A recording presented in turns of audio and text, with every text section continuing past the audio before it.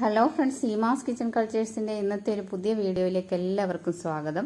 എല്ലാവർക്കും വളരെ ഇഷ്ടമുള്ള ഒരു വിഭവമായിട്ടാണ് ഞാൻ ഇന്ന് വന്നിരിക്കുന്നത്. അപ്പം നമുക്ക് വീഡിയോയിലേക്ക് പോകാം. കരിമീൻ പൊള്ളിച്ചതാണ് തയ്യാറാക്കാൻ പോകുന്നത്. അതിന് വേണ്ടിയിട്ടൊരു 3 കരിമീൻ വൃത്തിയാക്കി വരഞ്ഞൊക്കെ വെച്ചിട്ടുണ്ട്. അതിന് വേണ്ടിയിട്ടുള്ള മസാലകൾ: ഒരു 1/2 ടീസ്പൂൺ ഉപ്പ്, 1 സ്പൂൺ മുളക് പൊടി, 1/2 സ്പൂൺ മഞ്ഞൾപ്പൊടി, ഒരു പകുതി നാരങ്ങയുടെ നീര്. ഇത്രയും എല്ലാം കൂടെ നമുക്ക് മിക്സ് ചെയ്ത് ഈ മീനിലേക്ക് നന്നായിട്ട് തേച്ച് പിടിപ്പിക്കാം. മീനിലെല്ലാം നന്നായിട്ട് തേച്ച് പിടിപ്പിച്ചതിന് ശേഷം നമുക്കൊരു 10 മിനിറ്റ് അതൊന്ന് ഫ്രീസറിൽ വെച്ചൊന്ന് സെറ്റ് ആകാനായിട്ട് വെക്കാം. പുറത്ത് വെച്ചാലും മതി.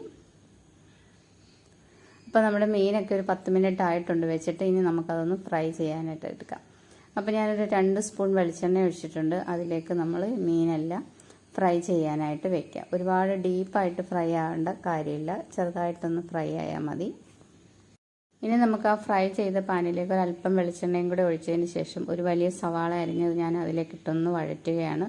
ഒരല്പം ഉപ്പുപൊടിയും മഞ്ഞൾപ്പൊടിയും ചേർത്തിട്ടുണ്ട്. അത് ആ മസാലയിൽ കിടന്ന് ഈ ഉള്ളി നന്നായിട്ടൊന്ന് വാടി വരട്ടെ. ഒരു 2 പച്ചമുളക് 4ആയിട്ട് കീറി ഞാൻ ഇട്ടിട്ടുണ്ട്. വലിയ പച്ചമുളകായിരുന്നു. ഒരു 1/2 സ്പൂൺ ഇഞ്ചി വെളുത്തുള്ളി പേസ്റ്റ്, അതിൻ്റെ കൂടെ 2-3 ഉലുവയും കൂടെ പൊടിച്ചിട്ടുണ്ട്. ഉലുവാപ്പൊടി ഇല്ലാത്തത് കൊണ്ടാണ്. പിന്നെ 1 സ്പൂൺ മുളക് പൊടി, 1/2 സ്പൂൺ മല്ലിപ്പൊടി, ഒരു 1/4 ടീസ്പൂണോളം കുരുമുളക് നമുക്ക് എരിവിന് ആവശ്യത്തിന് ചേർക്കാം. ഇനി ഇതെല്ലാം നന്നായിട്ട് മൂത്ത് പച്ചമണമൊക്കെ മാറണം. ഒരല്പം കറിവേപ്പിലയും കൂടെ ചേർത്തിട്ടുണ്ട്. പൊടി നന്നായിട്ട് മൂത്ത് വരണം. അതിനുശേഷം നമുക്ക് ഒരു തക്കാളി ചെറുതായിട്ട് അരിഞ്ഞതും കൂടെ ചേർത്തിട്ടുണ്ട്. അപ്പോൾ തക്കാളി ഇതിനകത്ത് കിടന്ന് നന്നായിട്ടൊന്ന് വാടി വരട്ടെ. അതിനുശേഷം നമുക്ക് അതിന് അല്പം ഉപ്പും കൂടെ ഞാൻ ചേർത്തിട്ടുണ്ട്. നമ്മൾ മീനിനകത്ത് കുറച്ച് ഉപ്പിട്ട് പിന്നെ സവാളയിൽ ഇട്ടിട്ടുണ്ടായിരുന്നു. പിന്നെ ഞാൻ 1 കപ്പോളം തേങ്ങാപ്പാലാണ് ചേർക്കുന്നത്. നല്ല കട്ടി തേങ്ങാപ്പാലാണ് ഇതിലേക്ക് ചേർക്കേണ്ടത്. തേങ്ങാപ്പാലും ചേർത്ത് ഉപ്പൊക്കെ നോക്കിയതിന് ശേഷം നന്നായിട്ട് ഇളക്കി ഇതേപോലെ കുറച്ച് പറ്റിച്ച് നമുക്ക് തീ ഓഫ് ചെയ്ത് വെക്കാം.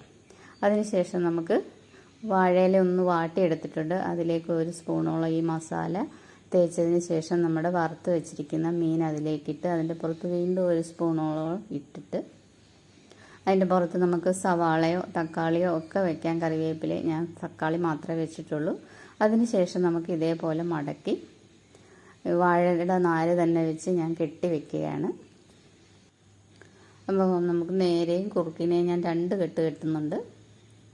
1 കെട്ട് കെട്ടിയാലും മതി, നന്നായിട്ട് മുറുക്കി അങ്ങ് കെട്ടണമെന്നേ ഉള്ളൂ. വാഴയില പൊട്ടിപ്പോകാതിരിക്കാൻ വേണ്ടിയിട്ടാണ് ഞാനൊന്ന് വാട്ടിയെടുത്തത്.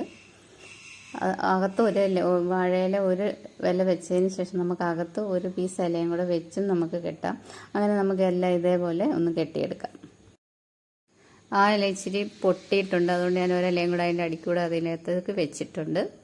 അപ്പോൾ അത് നമ്മൾ അതേപോലെ ഒന്ന് വാഴനാര് വെച്ച് കെട്ടിയെടുത്തിട്ടുണ്ട്.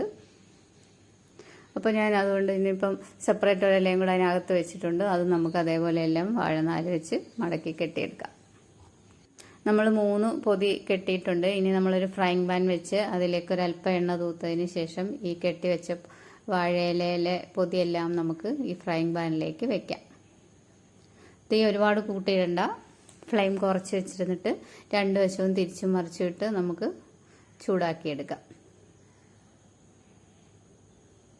ഒരു 2-3 മിനിറ്റ് കഴിഞ്ഞപ്പോൾ ഒന്ന് തിരിച്ചിടണം. വീണ്ടും നമ്മൾ തിരിച്ചും മറിച്ചും അങ്ങനെ ഒരു 3 പ്രാവശ്യം വീതം തിരിച്ചും മറിച്ചും ഇട്ട് നമ്മളിത് വേവിച്ചെടുക്കാം.